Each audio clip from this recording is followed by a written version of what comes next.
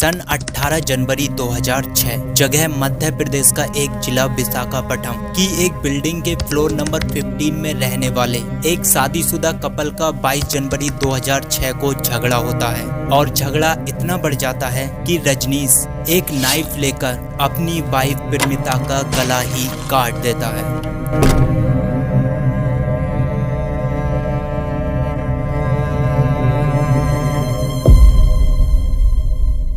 और अब आपको क्या लगता है कि कहानी यहीं पर खत्म? आज की ये कहानी इतनी डरा देने वाली कहानी है कि अगर आप इसे लास्ट तक सुन लेते हो तो आप सचमुच हिम्मत वाले हो। स्टोरी शुरू करने से पहले आपको बता दूं कि आज की ये स्टोरी आप अपनी आंखें बंद करके भी सुन सकते हो। सारे विजुअल आपका दिमाग खुद बनाएगा। आंखें खोलकर देखना चाहते हो नो प्रॉब्लम, लेकिन अगर कहानी का लुत्फ उठाना है तो अपनी आंखें बंद कर लो और कान में हेडफोन लगा लो। तो चलिए चलते हैं आज की ट्रू स्टोरी पर।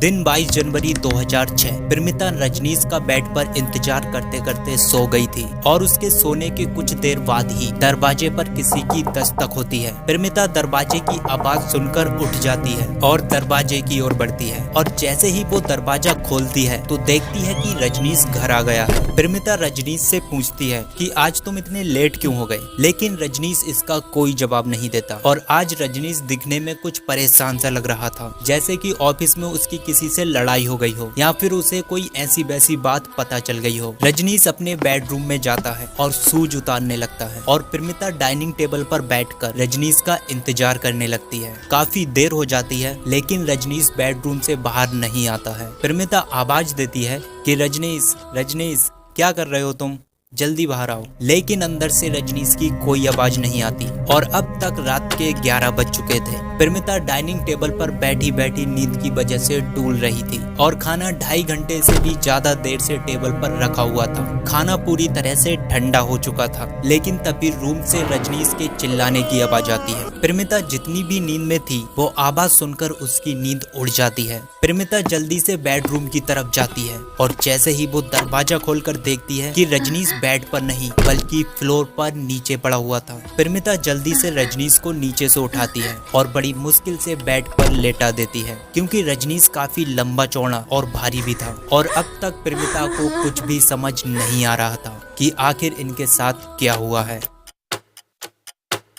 तो अब मैं आपको इसकी बैक स्टोरी भी बता देता हूँ। तो ये बात थी आज से लगभग 2 महीने पहले की, जब रजनीश और प्रेमिता की शादी होने वाली थी। 16 नवंबर 2005 ये वो दिन था जब प्रेमिता की रजनीश से शादी हुई थी।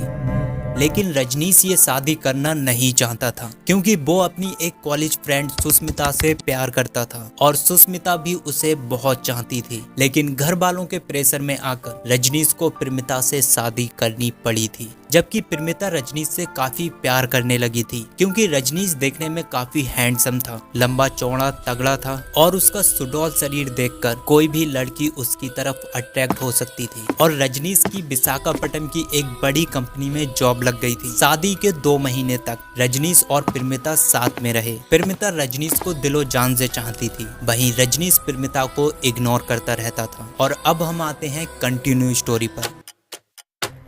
प्रेमिता रजनीश को होश में लाने की कोशिश कर रही थी, लेकिन रजनीश एकदम बिल्कुल बेहोशी की हालत में था। प्रेमिता को पता चल चुका था कि रजनीश आज ड्रिंक करके आया है। प्रेमिता बार बार उसके मुंह पर पानी छिड़ककर उसे होश में ला रही थी, लेकिन रजनीश को होश नहीं आ रहा था। फिर अचानक रजनीश को होश आता है और वो देखता है कि प्रेमिता उसके सिरयाने बैठकर उसके बालों को सहला रही थी। ये देखकर रजनीश उसे धक्का मारता है और प्रेमिता बेड से नीचे गिर जाती है। ये देखकर प्रेमिता काफी शॉक में थी और वो काफी घबरा भी जाती है। लेकिन तभी रजनीश अपने बैग से एक नाइफ निकालता है, जैसे कि वो नाइफ उसने पहले से ही बैग में रखा हो, प्रेमिता को मारने के लिए, और प्रेमिता की ओर बढ़ने लगता है। प्रेमिता सहमती हुई रजनीश को देख रही थी। और अब मैं आगे जो आपको बताने वाला हूँ उसे सुनने के लिए अपनी पेटी कस के बांध लो, क्योंकि असली खेल अब शुरू होने वाला है। प्रेमिता रजनीश को रोकने की कोशिश कर रही थी, लेकिन रजनीश के सामने उसकी एक नहीं चलती। रजनीश प्रेमिता के पास जाता है और वो नाइफ उसके पेट में दे मारता है। और प्रेमिता चीखने के अलावा कुछ कर भी नहीं पा रही थी। प्रेमिता दर्द से तड़पती हुई नीचे गिर जाती है। प्रेमिता धीरे धीरे अपनी सांस छोड़ रही थी और उसे अपनी मौत साफ साफ दिखाई दे रही थी, लेकिन प्रेमिता अभी भी जिंदा थी। ये देखकर रजनीश उसी नाइफ से उसकी गर्दन पर वार करता है और अब तक खून की नदियां बह गई थी। पूरा बेडरूम खून से लाल हो चुका था और अब प्रेमिता भी सांसें लेना छोड़ चुकी थी, मतलब कि वो अब मर चुकी थी। इसके बाद 24 जनवरी 2006 यानी कि प्रेमिता की मौत के 2 दिन बाद आंध्र प्रदेश के विशाखापट्टनम जिले के पुलिस स्टेशन में एक अननोन पर्सन के द्वारा एक कॉल आती है और वो अननोन पर्सन पुलिस वालों को बताता है कि नौसेना बाग वाली बिल्डिंग के फ्लोर नंबर 14 में एक शादीशुदा कपल मरे पड़े हैं और वो कॉल इस बिल्डिंग की देखरेख करने वाले एक कंपाउंडर ने किया था। पुलिस बिना देर किए नौसेना बाग की बिल्डिंग के फ्लोर नंबर 14 पर जाते हैं और वो वहां देखते हैं कि उस फ्लोर के बेडरूम में एक कपल खून से लथपथ फ्लोर पर मरे पड़े हैं और वो कपल थे प्रेमिता और रजनीश। अब आते हैं हम 22 जनवरी 2006 पर, जिस दिन रजनीश ने अपनी वाइफ प्रेमिता का गले पर वार करके उसे मार दिया था और जब उस वक्त उसकी वाइफ मर चुकी थी तब वो ये सब कुछ देखता है और कहता है कि अरे ये मैंने क्या कर दिया। अब उसे अपने किए पर पछतावा होने लगता है। वो वहीं फूट फूट कर रोने लगता है और उसे अपनी इस गलती का इतना पछतावा होता है कि वो उसी नाइफ से अपना गला भी काट देता है